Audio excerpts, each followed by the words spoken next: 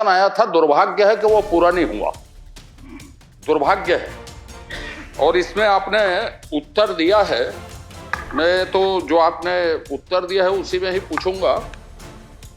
आप भी पढ़िए माननीय, जो महत्वपूर्ण। रायपुर दक्षिण के विधायक सुनील सोनी ने इस पर सवाल लगाया था कि सिटी बस कितनी चल रही है, कौन सी कंपनी ऑपरेट कर रही है। जब ये विषय शुरू हुआ उसके बाद काफी गहमागहमी हो गई। संसदीय कार्य मंत्री केदार कश्यप के साथ में अजय चंद्राकर की बहस हो गई। वो बहस आप आगे वीडियो में देखिएगा। इसके अलावा हम दूसरे वीडियो बताने की कोशिश करेंगे कि आज बजट में महत्वपूर्ण कौन कौन सी जरूरी बातें हैं। और आपकी सरकार में 5 साल में 5,793 करोड़ की स्वीकृति। बोलिए। मेरा सीधा प्रश्न है, कोई मास्टर प्लान? देश में इतनी घटनाएं घटी, ठीक है, हमारे यहाँ मृत्यु ना हो, एक्सीडेंट ना हो, घटना कम घटे, इसके लिए हमने कुछ किया है क्या कि इससे हमारी दुर्घटना। कल ही हम जा रहे थे कार्यक्रम में, माननीय मुख्यमंत्री जी भी जा रहे थे, भाटागांव ओवरब्रिज के ऊपर में स्लिप हुआ, बच्चा ट्रक के नीचे आया, हमारे सामने मर गया। नमस्कार, जय जवाहर, जय छत्तीसगढ़। नवा रायपुर के नवा विधानसभा भवन में मैं मौजूद हूं और बजट सत्र चल रहा है। छत्तीसगढ़ के वित्त मंत्री ओपी चौधरी इस वक्त बजट पेश कर रहे हैं। दोपहर के 12:45 बज रहे हैं, लेकिन उससे पहले प्रश्नकाल में आज क्या हुआ ये जानना भी जरूरी है। सत्ता पक्ष और विपक्ष आमने सामने नजर आया। वहीं सत्ता पक्ष के विधायकों ने भी सरकार से सवाल किया, मुख्यमंत्री से भी सवाल किया, साथ ही साथ संसदीय कार्य मंत्री केदार कश्यप से भाजपा के विधायक उलझते नजर आए, तीखे सवाल किए और सवालों के जवाब में जब स्पष्ट जवाब नहीं मिल रहा था, संतुष्ट नहीं हो रहे थे, उस पर काफी तीखी बहस हुई। लोग इंतजार करते हैं कि अजय चंद्राकर जो छत्तीसगढ़ के दिग्गज नेता हैं, भाजपा के विधायक हैं, पूर्व मंत्री रहे हैं, सदन में आज वो फिर से तीखे बोल की वजह से चर्चा में रहे। आज जरूरी जो मुख्य विषय थे, सड़क हादसे लगातार हो रहे हैं और इन ब्लैक स्पॉट को लेकर बात हो रही थी। काफ़ी पहले बात हुई थी, एक कमेटी बनाई गई थी और उस कमेटी ने यह तय किया था कि जो ब्लैक स्पॉट है वहाँ पे हादसे लगातार हो रहे हैं, उन हादसों को कैसे रोका जाए, उस पर बहस हो रही थी। साथ ही साथ सिटी बस को लेकर बात हो रही थी। रायपुर दक्षिण के विधायक सुनील सोनी ने इस पर सवाल लगाया था कि सिटी बस कितनी चल रही है, कौन सी कंपनी ऑपरेट कर रही है। जब ये विषय शुरू हुआ उसके बाद काफ़ी गहमागहमी हो गई। संसदीय कार्य मंत्री केदार कश्यप के साथ में अजय चंद्राकर की बहस हो गई। वो बहस आप आगे वीडियो में देखिएगा। इसके अलावा हम दूसरे वीडियो बताने की कोशिश करेंगे कि आज बजट में महत्वपूर्ण कौन सी जरूरी बातें हैं जो आपको जानना चाहिए। लेकिन उससे पहले प्रश्नकाल में जो बहस हुई है वो आप आगे वीडियो में देखें। जनता के ऑफिस में लंबित है, तो ये जो है कितने दिन तक जो है मुख्य अभियंता जो है अपने ऑफिस में लंबित रख सकता है, ये बता दीजिए। अब आपके जो बाकी काम बजट में शामिल हैं वो सब विभिन्न स्तर में प्रक्रियाधीन है और आपको बताते हुए गौरव भी हो रहा है कि हमारी सरकार किसानों के खेत में पानी पहुंचाने के लिए वचनबद्ध है। और आपकी सरकार में 5 साल में 5,793 करोड़ की स्वीकृति दी थी, लेकिन हम लोग मात्र 2 साल में 2024 से 2026 2 साल में 10,712 करोड़ की स्वीकृति दिए हैं। इसलिए आप भी धैर्य रखिए, पूरे प्रदेश में हर किसानों के खेत में पानी पहुंचाएंगे। माननीय सभापति महोदय जी, आप स्पेसिफिक कुछ पूछ लीजिए ना। स्पेशली नहीं माननीय सभापति महोदय जी, अभी जो है माननीय मुख्यमंत्री जी के 2025 के बजट में 8 कार्य जो है प्रशासकीय स्वीकृति के लिए प्रमुख अभियंता का ऑफिस में लंबित, तो उसको लंबित रखने का कोई समय सीमा है कि नहीं है, बता दीजिए। मैंने बताया ना कि आपका जो 16 में से 15 काम प्रोसेस में है, प्रक्रियाधीन है। चलिए, प्रक्रियाधीन है वो, वही तो पूछ रहा हूँ माननीय आपने ध्यान आकृष्ट कर दिया, प्रक्रियाधीन है। वही पूछ रहा हूँ मैं कि भाई वो प्रमुख अभियंता के ऑफिस में 8 कार्य जो लंबित है, ये लंबित रखने का कोई प्रक्रिया है? कितने दिन तक वो लंबित रख सकता है प्रमुख अभियंता, या इसको स्वीकृति करेगा? जो प्रक्रियाधीन है बता दिए ना, प्रक्रियाधीन है, प्रक्रिया में चल रहा है। जब वो 16 कार्य जो है बजटेड था और बजट में आने के बाद केवल एक काम जो है स्वीकृत हुआ और बाकी शेष जो है 15 कार्य स्वीकृत नहीं हुआ। और माननीय मुख्यमंत्री जवाब दे रहे हैं कि हमारी सरकार जो है किसानों के हित में काम करेगी। तो 16 में एक जब हो रहा है तो किसान हित में तो काम ही नहीं हुआ माननीय सभापति महोदय जी। आप ऐसा पूछ लीजिए ना कि ये जो 15 काम शेष नहीं जो हुए हैं वो 15 कब तक होंगे, वही ऐसा पूछ पूछ रहा लीजिए हूं ना। मैं, शेष 15 कार्य जो है ये कब तक पूरा होगा? ऐसा बजट के पूछिए। ये तो ये साल जो ऐसी निरस्त हो जाएगा माननीय सभापति महोदय जी। हो गया ना, आप पूछ लिए। तो ये माननीय मुख्यमंत्री जी बता आप दीजिए प्रक्रिया कि पूरी 16 हो में जाती है तो होगा, धैर्य रखिए। धैर्य तो समय सीमा बताना संभव नहीं है। श्री सुशांत शुक्ला, ये किसानों के हित की बात है माननीय माननीय सभापति महोदय, हो गया, आपका जवाब पूरा आ गया। पूरा माननीय जवाब सभापति दिया है महोदय। माननीय 2047 तक हो जाए भैया। अरे बैठिए ना राम कुमार जी। माननीय सभापति महोदय, ये किसानों से जुड़ा हुआ मामला है और किसान हित में काम करने की बात कही जा रही है, लेकिन किसान केवल एक ही काम में संतुष्ट हो माननीय जाएगा। सभापति महोदय, प्रश्न क्रमांक 204। हो गया। भोला राम जी जी ज्यादा पूछते हो इसीलिए भूपेश बघेल जी ने आपकी टिकट काट दी थी। नहीं, वो तो लोकसभा दिया था ना। हाँ, नहीं भोला राम जी, फिर अभी आपने आप पूछ ज्यादा लिया, बोलते हो मुख्यमंत्री जी इसलिए के मंत्री संज्ञान पद में से आ आपका गया है, टिकट वो कट गया। कार्रवाई करेंगे ना। अब आप बैठिए। माननीय सभापति महोदय, पूछिए। प्रश्न क्रमांक 204। बिलासपुर जिले में मोबाइल टावर की स्थापना संबंधी विषय पर माननीय मुख्यमंत्री जी से प्रश्न है। और प्रश्न यह है कि बिलासपुर सहित सभी प्रदेश के बड़े शहर पुरानी बसाहट हैं और भवन वहां पर निर्माण की जो गुणवत्ता है वो धीरे धीरे क्षीण होती जा रही है, परंतु उसके बावजूद भी ऐसे भवनों में टावरों की जो निर्माण हुई है या स्थापना की गई है, उपयोगिता की जांच किए बगैर ही या उनके अधोसंरचना या संरचना के सर्टिफिकेट की प्रमाणीकरण के बावजूद भी उनके निर्माण वहां पर स्थापित कर दिए गए टावर। तो मैं माननीय मुख्यमंत्री जी से आग्रह करूंगा आपके माध्यम से, क्या उनकी जांच करके संबंधित टावर की अनुमति को निरस्त करेंगे क्या?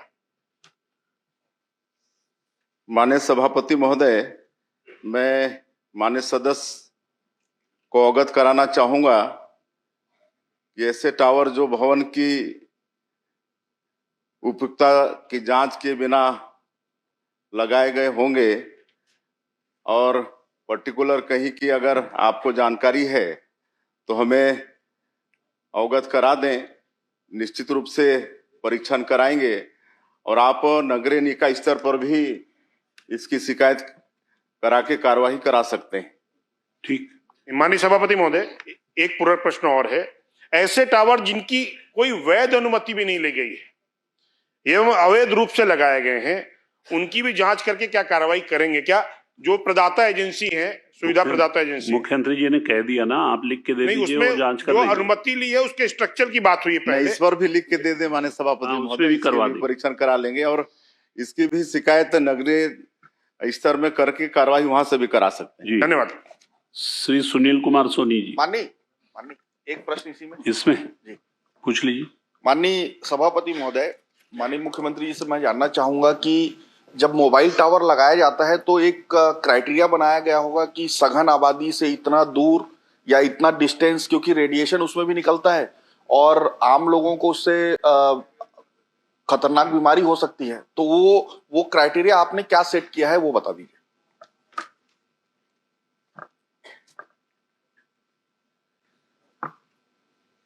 इस उत्तर में ऐसे रेडिएशन के बारे में भी लिखित में जवाब दिया है विभाग। हाँ, लिखित में जवाब आया है। इसमें मामूली होता है, कोई मतलब चिंता वाली बात नहीं रहती है। माननीय सभापति महोदय, मेरा सिंपल सा प्रश्न ये है कि जैसे आप ये बोलेंगे कि मैं 15 मीटर दूर रखूंगा किसी आबादी से, या 20 मीटर या 25 मीटर, 1 किलोमीटर, जो भी क्राइटेरिया आपने सेट किया होगा वो बता दीजिए। माननीय सभापति महोदय, भारत सरकार संचार मंत्रालय के पोर्टल के अनुसार बहुत कम एक्सपोजर के स्तर और रिसर्च परिणामों को ध्यान में रखते हुए आज तक कोई ऐसा विश्वसनीय वैज्ञानिक साक्ष्य नहीं मिला है जिससे साबित हो कि बेस स्टेशन और बेतार नेटवर्क से निकलने वाले कमजोर रेडियो आवृत्ति सिग्नल से स्वास्थ्य पर कोई प्रतिकूल प्रभाव पड़ता हो। जवाब में क्राइटेरिया नहीं है जवाब में है जी। जवाब में तो सुनील इसका कुमार मतलब सोनी जी। माननीय सभापति महोदय, बस एक उसको क्लियर कर दो। इसका मतलब कोई क्राइटेरिया नहीं है, वो कहीं पे भी लगाया जा सकता है। माननीय मुख्यमंत्री जी, इसका अर्थ यही है? नहीं, अर्थ मैं समझना चाहूंगा। माननीय मुख्यमंत्री जी, इसका अर्थ यही है कि उसको कहीं पे भी लगाया जा सकता है? अब तो कवरेज के आधार पर ही लगेगा ना, एकदम सघन कोई थोड़े लगाएगा, उसको भी नहीं, तो मतलब प्रॉफिट होना उससे कोई चाहिए। बीमारी नहीं होगा, तो इसलिए उसको इस पॉइंट ऑफ व्यू से कि किसी के हेल्थ खराब हो, इसका कोई जांच नहीं होगा, वो कहीं पे भी लगाया जा सकता है। उसका उत्तर तो हमने बता दिया है ना। ठीक। सुनील कुमार। और ये सड़क दुर्घटना तेजी के साथ में बढ़ रही है। मेरा प्रश्न यह है कि क्या आपने ऐसा कोई मास्टर प्लान बनाया क्या? क्या आप बोलेंगे? नहीं, पहले उनको पूछने दीजिए ना, फिर आपको मौका दूंगा। कि सड़क दुर्घटना रोकने के लिए हमने ऐसा कोई मास्टर प्लान हमारा बना है क्या? और दूसरा कि जिसकी दुर्घटना होती है, घायल होता है, मृत्यु होता है, उसको मुआवजा देने का क्या प्रावधान है? मंत्री जी, और इस बात का चिंता केंद्र सरकार के परिवहन मंत्री नितिन गडकरी जी ने भी छत्तीसगढ़ का एक उल्लेख किया है। मेरा प्रश्न है कि उसको मुआवजा देने का आपका और क्या उसके अंदर में प्रावधान है? माननीय मंत्री जी। माननीय सभापति महोदय, मैंने अपने उत्तर में पूरे तरीके से स्पष्ट तरीके से उनको जानकारी उपलब्ध कराया है। पूरे देश में लगभग 4.5 लाख से ज़्यादा दुर्घटना होती है और छत्तीसगढ़ में भी लगभग 6,800 से ऊपर हमारी दुर्घटना होती है, जिसमें लगभग 3,000 के समकक्ष मौतें भी होती है। तो इसके लिए लगातार राज्य सरकार अपने दुर्घटना को कम करने की दृष्टि से जो कार्यक्रम चलाती है, उस कार्यक्रम के तहत में लोगों को जागरूक करने का काम करती है। और अभी केंद्र ने जो तय किया है उसमें